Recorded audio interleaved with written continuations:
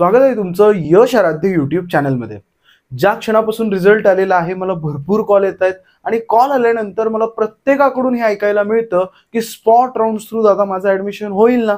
जरी थोडेसे कमी मार्क्स असतील, थोडी बेटर मार्क्स असतील, तरी प्रत्येक मुलगा मला हा नक्कीच म्हणतो की दादा ठीक आहे इथे मला हे मिळेल, पण स्पॉट राउंड थ्रू ते कॉलेज मिळेल का? दादा मला कमी पर्सेंटाईल आहेत पण स्पॉट राउंड थ्रू मला एखादं चांगलं कॉलेज मिळेल का किंवा एखादं टॉप कॉलेज मिळेल का? हे प्रत्येक जण मला प्रश्न विचारतोय, म्हणून मी हा व्हिडिओ बनवतोय की स्पॉट राउंड म्हणजे नेमकं काय, स्पॉट राउंडची प्रोसेस कशी होते आणि खरंच स्पॉट राउंड मधून टॉप कॉलेज मिळत असतं का? याच्यामध्ये काही ट्रिक्स आहेत, याच्यामध्ये काही स्कॅम्स आहेत जे तुम्हाला माहित असणं गरजेचं आहे। त्यासाठी हा स्पेशल व्हिडिओ असणार आहे। मी जस्ट रिक्वेस्ट करेन की हा व्हिडिओ पूर्ण बघा, जेणेकरून तुमचं ऍडमिशन वाचू शकतं, तुमचे बरेचसे डिसिजन येणाऱ्या 2 महिन्यातले करेक्ट असू शकतात।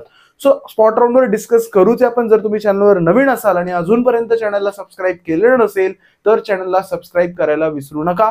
एक इम्पॉर्टंट अपडेट म्हणजे आपल्या पर्सनल काउन्सिलिंगची सारथी प्लस जी बॅच आहे ती ऑलमोस्ट फुल झालेली आहे।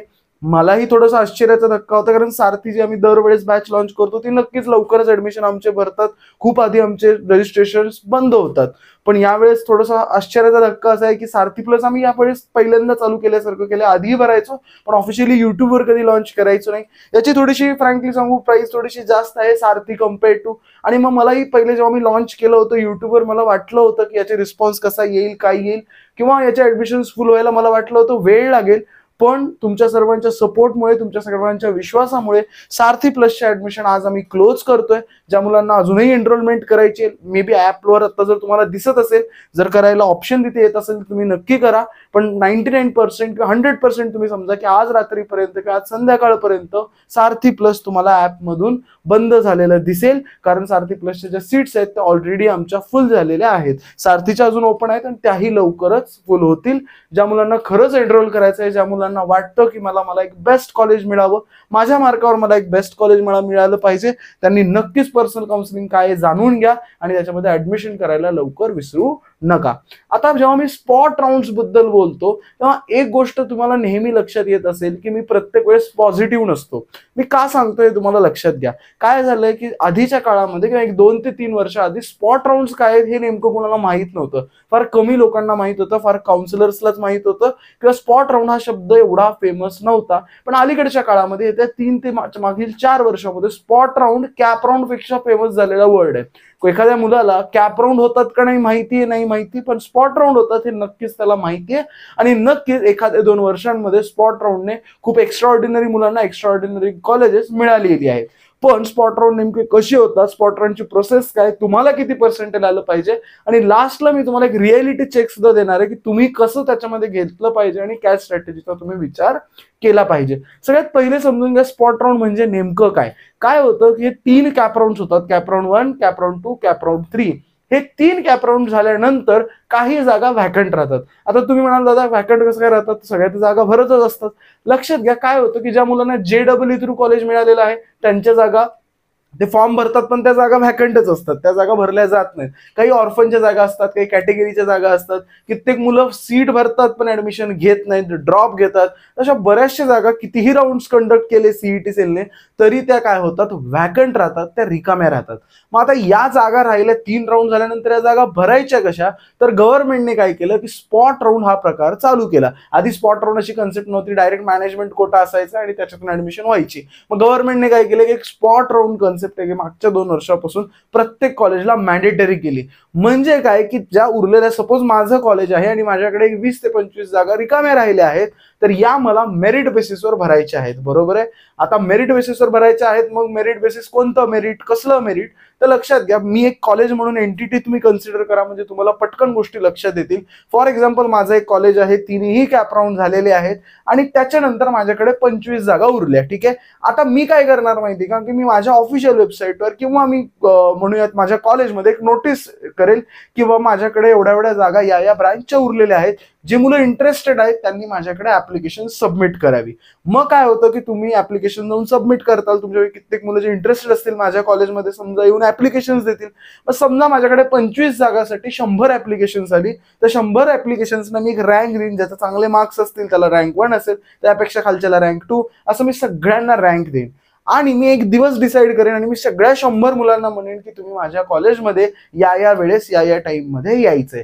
मग तो असतो स्पॉट डे किंवा स्पॉट राऊंडचा दिवस. मग त्या दिवशी काय होतं की माझ्याकडे 25 जागा असतात. मग मी रँक 1ला पहिले मध्ये बोलवेल माझ्या केबिन मध्ये, म्हणेल की तुला कोणती जागा पाहिजे, एवढ्या जागा माझ्याकडे रिकाम्या आहेत. तो म्हणेल मला कॉम्प्युटर सायन्सची पाहिजे, IT पाहिजे, जी कोणती जागा आहे तो त्याला दिली जाईल.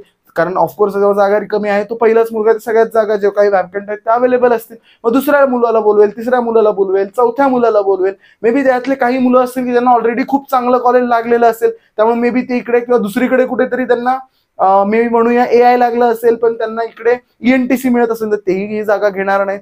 काही मुलं असतील की ज्यांना हे ट्रायल म्हणून ते करत असतात, त्यामुळे तेही जागा घेणार नाहीत. त्यामुळे काय होतं की थोडंसं लांबपर्यंत जातं. जरी 25 जागा असल्या तरी रँक बघताना ते 50-60 पर्यंत जातो. कारण जरी फॉर्म फिलिंग असेल प्रत्येक मुलगा ती जागा घेईलच असं नसतं. आणि या पद्धतीने हे जे असतं ते स्पॉट राऊंड कंडक्ट केले जातात. मग स्पॉट राऊंड कंडक्ट करताना आता पुढे पुढे मी सांगतो याच्यामध्ये नेमके ट्रिक्स काय आहेत, स्कॅम्स काय, ते सगळं सांगतो. बट आयडियली काय व्हायला पाहिजे तर असं व्हायला पाहिजे की तुम्हाला बोलवलं पाहिजे एकेकाला मध्ये आणि व्यवस्थित सांगितलं पाहिजे, तुम्हाला स्क्रीनवर डिस्प्ले दिसला पाहिजे आणि तुम्हाला जी काय असेल ती सीट अलोकेट केली पाहिजे. ती सीट अलोकेट केल्यानंतर एवढं लक्षात ठेवा, जर स्पॉट राऊंड थ्रू ऍडमिशन होत असतील तर नक्की आपल्याला जी स्कॉलरशिप आहे नसते भेटत.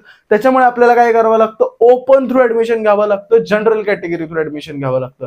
मग जनरल कॅटेगरी थ्रू ऍडमिशन घ्यायची म्हणजे पूर्ण फीस ती काही ज्या कॉलेजची असेल, जरी तुम्ही SC कॅटेगरीचे असाल, ST कॅटेगरी असाल किंवा OBC कॅटेगरी, कोणतीही कॅटेगरी असेल किंवा मुलींचं जे शिक्षण फ्री, असं कोणतीही स्कॉलरशिप तुम्हाला मिळणार नाही. तुम्हाला कॉलेजची जी काही पूर्ण फीस असेल ती भरावी लागणार आहे. मग राहिला विषय दादा मला मागच्या कॉलेजमध्ये सुद्धा कुठे ना कुठे कॅप राऊंड थ्रू ऍडमिशन मिळालेलं असतं, येस ते आपण जाऊन कॅन्सल करत असतो. ही गोष्ट लक्षात घ्या. तुम्हाला तिकडचा पूर्ण रिफंड या वर्षी का लास्ट इयरच्या रूल्स प्रमाणे सगळा मिळत होता. मग अशी व्हायची ही स्पॉट राऊंडची प्रोसेस. मग याला एलिजिबिलिटी काय असते का, अशी काही एलिजिबिलिटी नसते. फक्त इथे म्हणूया थोडासा लकचा पार्ट असतो की 25 जागा आहेत आणि तुमचं 60वं मेरिट आलं तर 100% तुम्हाला ती कॉलेज मिळणार नाहीये. त्यामुळे हा एक लकचा पार्ट पण आहे. म्हणून एलिजिबिलिटी अशी ऍज सच काही नाहीये. याला वेगळे डॉक्युमेंट्स काही लागत नाहीत. फक्त महत्वाची गोष्ट काय की तुम्हाला माहिती असणं गरजेचं की कोणत्या वेळेस कोणत्या कॉलेजचं स्पॉट राऊंड चालू आहे. कारण प्रत्येक कॉलेज सेम डे मध्ये 2-2, 3-3 कॉलेजचे 8-8, 10-10 कॉलेजेसचे मेन कॉलेजेसचे स्पॉट राऊंड चालू असतात. आता हे तुमच्या लक्षात आलं असेल की व्हॅकंट सीट भरण्यासाठी हा एक केला जाणारा प्रयोग आहे आणि याच्यामधून स्पॉट राऊंड मधून आपल्याला थोडंसं म्हणूया की मेरिट पेक्षा, कारण ज्यांना मेरिट आहे त्यांनी तर मेरिटने घेतलेलं ऍडमिशन, आता या जागा तरीही उरलेल्या आहेत, तर ज्यांना नाही मिळालं तेच घेणार, बरोबर आहे. त्यामुळे जर समजा 99 कट ऑफ असेल PICTचा तर 98 पर्यंत किंवा 98.5 पर्यंत कॉम्प्युटर सायन्स मिळू शकतं, कारण ते 0.5% एक्स्ट्रा मुलांना मिळालं स्पॉट राऊंड थ्रू, आपण असं म्हणतो. आता नीट गोष्ट समजून घ्या याच्यामध्ये स्कॅम्स काय होतात, म्हणजे तुम्हाला नीट लक्षात येईल. आणि मी पुन्हा सांगतो, कॅप राऊंड स्पॉट राऊंड पेक्षा महत्वाचे आहेत. त्याचं कारण मी पुन्हा तुम्हाला एक्सप्लेन करतो. लक्षात घ्या, आधी स्पॉट राऊंड वगैरे असा काही प्रकार नव्हता. स्पॉट राऊंड असायचे पण ते गव्हर्नमेंट कॉलेजेससाठी व्हायचे. आधी स्पॉट राऊंड वगैरे काही व्हायचे नाही. आधी काय व्हायचं, या रिकाम्या राहिलेल्या जागा कॉलेज पैसे भरून मुलांकडून पैसे घ्यायचं, जे काही त्यांचं डोनेशन असेल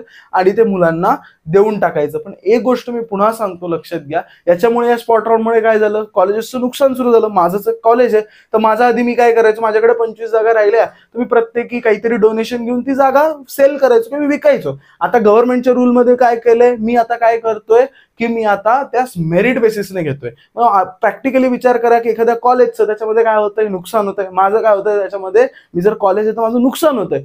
म्हणून हे जे स्पॉट राऊंड्स असतात हे फेअरली कधीही होत नाहीत. COEP PICT जर कॉलेजेस सोडली तर बाकी कोणत्याही कॉलेजेसचे स्पॉट राऊंड हे फेअरली होत नाहीत, कारण लक्षात घ्या त्यांचा याच्यामध्ये आर्थिक लॉस होत असतो. मग फेअरली होत नाहीत म्हणजे काय, बऱ्याचदा काय असतं की त्यांनी बऱ्याच मुलांकडून पैसे घेतलेले असतात किंवा त्यांनी त्यांचं डोनेशन ठरलेलं असतं. त्यामुळे तुम्ही कितीही तिथे मेरिटची मुलं जाऊन बसली तरी ते बऱ्याचदा काय करतात की बाबा आपल्याच मुलाला त्यांचं जे ठरलेलं असतं त्याच मुलाला ऍडमिशन देतात.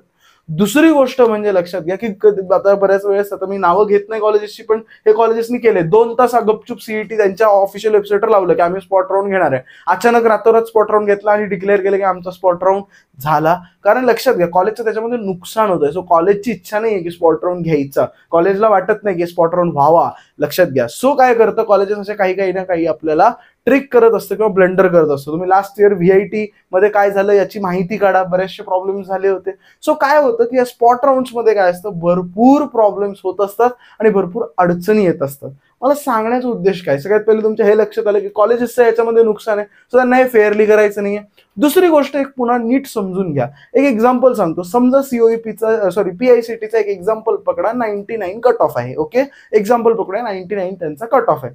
मला एक गोष्ट सांगा की 98च्या मुलाला जर 99 पर्यंत तर मिळालं त्याला CS, पण समजा 98चा मुलगा आहे, त्याला जर कोणी म्हणलं की नाही बाबा तुला 98 आहे आणि तुला PICT मिळालं नाही, पण मी तुला PICT मिळवून देतो स्पॉट राऊंड थ्रू, तर तो घेणार की नाही? घेणारच. 97चा मुलगा इंटरेस्टेड असणार की नाही? असणारच. मग 96चा असणार का? असणार. पण 96च्या मुलाला भेटणार का? कारण 97% मध्येच नाही म्हणलं तरी 4-5 हजार मुलं असतात एका पर्सेंटाईलला, तर ती मुलं घेणार नाहीत का तिथे जाऊन ऍडमिशन? घेणारच. तर पुन्हा नीट गोष्ट समजून घ्या. तुम्हाला काय केलं जातं? फसवलं जातं. तुम्हाला काय केलं जातं? उगीच काहीतरी आशा दाखवली जाते. तुम्हाला सांगितलं जातं हा टॉप कॉलेजमध्ये आपण PICT स्पॉट राऊंड भरू आणि तुम्ही ट्राय करूया, आणि तुम्हाला सपोज पर्सेंटाईल आहे 80, 91, 92, 93, आणि तुम्हाला स्वप्न काय दाखवली जातात? PICTच्या स्पॉट राऊंडची. मग काय होतं की ते मिळत नाही, आपले 1000 रुपये त्याच्यात वाया जातात आणि त्याच्यातून काही फायदा होत नाही. का होत नाही? कारण लक्षात घ्या, जर कट ऑफ 99चा आहे तर 98चा मुलगा सुद्धा स्पॉट राऊंडचा फॉर्म भरणार आहे, 98.2चा पण मिळणार आहे, 98.3चा पण भरणार आहे, आणि ती मुलं घेणारच आहेत ना. लक्षात घ्या. सो स्पॉट राऊंड कोणाच्या कामाचा आहे हे नीट गोष्ट समजून घ्या. प्रत्येकाला स्पॉट राऊंड मधून फायदा होतोच अशातला भाग नाहीये. जे टॉप कॉलेजेस आहेत ते नक्कीच स्पॉट राऊंड खूप फेअरली कंडक्ट करतात, खूप छानपणे कंडक्ट करतात. पहिली गोष्ट, बरेचसे कॉलेजेस आहेत किंवा मोस्ट ऑफ दी कॉलेजेस आहेत मी म्हणेन पुण्यामध्ये तर खूप प्रकार आहे की स्पॉट राऊंड फेअरली कंडक्ट केले जात नाहीत. आणि त्याच्यापेक्षा महत्वाची गोष्ट म्हणजे, जरी तुम्ही एक्सपेक्ट करत असाल की मला 60% येईल आणि मला एखादं 80% असणारं कट ऑफ असणारं कॉलेज मिळेल, असं होणार नाहीये. कारण प्रॅक्टिकली विचार करा की जर त्या कॉलेजचा कट ऑफ 80 आहे आणि त्यांनी जर फेअरली स्पॉट राऊंड जरी घ्यायचा ठरवला तरी कट ऑफ कितीने उतरेल रे? 79चा मुलगा तिथे येईल, 78चा येईल, 76चा येईल, डायरेक्ट 60ला भेटणार आहे का? नाही.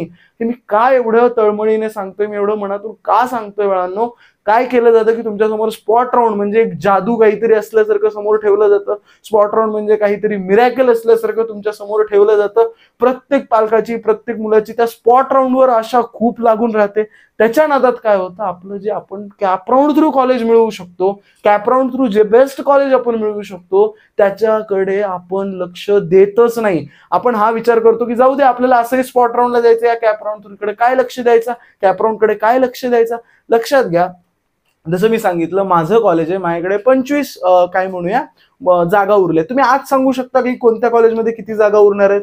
तुम्ही आज सांगू शकता की माझ्याकडे 100 ऍप्लिकेशन येतील का 1000 ऍप्लिकेशन येतील? तुम्ही आज सांगू शकता का की किती फेअरली तो स्पॉट राऊंड होणार आहे? तुम्ही आज काहीही सांगू शकत नाही बाळांनो. कोणी, मी काय, तुम्ही काय, किंवा कोणीही आज सांगू शकत नाही. म्हणून उगीच स्पॉट राऊंडला ट्राय करायचा आहे का? 100% करायचं आहे. स्पॉट राऊंड मध्ये जायचं आहे का? जायचंय. स्पॉट राऊंड मध्ये कॉलेजेसची फॉर्म भरायचे का? भरायचे. स्पॉट राऊंड मध्ये प्रयत्न द्यायचा आहे का? 101% द्यायचा आहे. पण स्पॉट राऊंडच्या भरवशी बसायचं नाहीये की मला स्पॉट राऊंड मधून मिळेल, मला स्पॉट राऊंड मधून होईल, असा विचार करायचा नाहीये. ज्या दिवशी स्पॉट राऊंड चालू होतील तेव्हा मी नक्की सांगेल की त्याची स्ट्रॅटेजी काय ठेवायची, कोणत्या कॉलेजमध्ये जायचं, कोणी जायचं, सगळं सांगेल.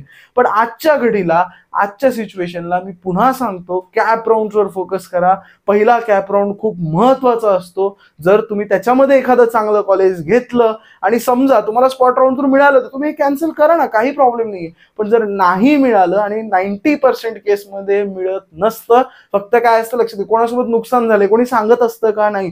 सगळेजण चांगलेच बाजू दाखवत असतात, कोणी वाईट बाजू कधीही दाखवत नसतं. त्यामुळे लक्षात ठेवा, उगी काय होतं, 2-4 मुलांना ऍडमिशन मिळतं का? मी म्हणेन चला 2% मुलांना ऍडमिशन मिळतही असेल आणि मिळतं, पण उरलेले 98% मुलं त्या आशेवर बसतात आणि या कॅप राऊंड कडे लक्ष देत नाहीत. मी एवढंच सांगेन की पहिले या कॅप राऊंड 3 कडे फोकस करा. हा व्हिडिओ आज म्हणून बनवतोय, पहिले या कॅप राऊंड 3 कडे फोकस करा. तुम्हाला काय जमतंय ते बघा, कोणतं कॉलेज मिळतंय बघा, आणि कॅप राऊंड मधून मी कसं काय बेस्ट कॉलेज, कसं काय बेस्ट ब्रांच मिळवू शकतो याचा विचार करा. तुम्हाला स्कॉलरशिप्स वगैरे याचाही फायदा होणार आहे, आणि ते मिळाल्यानंतर तुम्ही स्पॉट राऊंडला नक्की ट्राय करा. त्याच्याबद्दल माझा वाद नाहीये, नक्की ट्राय करूया आपण, नक्की त्याच्यामध्येही मी तुम्हाला गाईड करणार आहे. तर सगळ्यात पहिले कॅप राऊंडवर फोकस करा. कमी पर्सेंटाईल असते ना, तर कमी पर्सेंटाईल कोणतं कॉलेज, कुठं ब्रँच कॉम्प्रोमाइज करू, कसं बेस्ट कॉलेज घेऊ याचा विचार करा.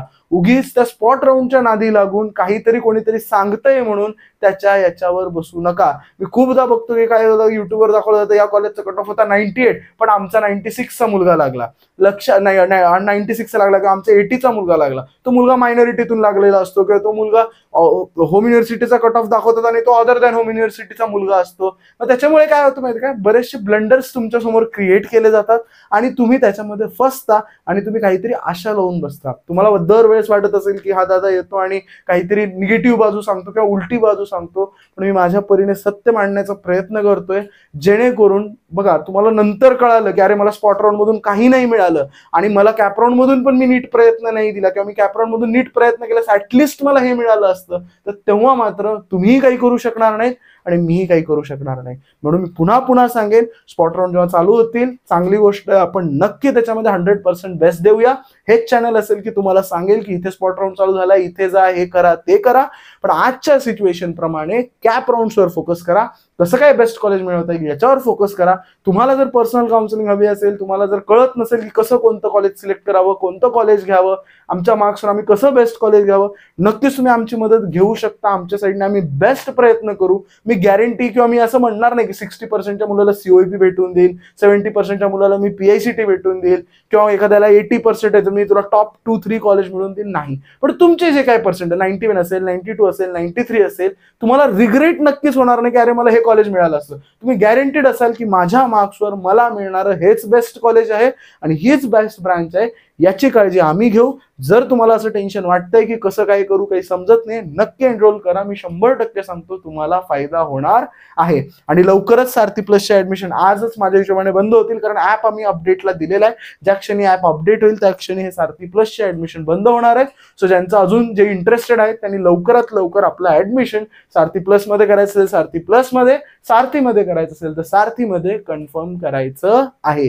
आय होप हा व्हिडिओ तुम्हाला आवडला असेल. हा व्हिडिओ कसा वाटला नक्की मला कमेंट सेक्शन मध्ये कळवायला विसरू नका. भेटूया आपण नेक्स्ट व्हिडिओमध्ये.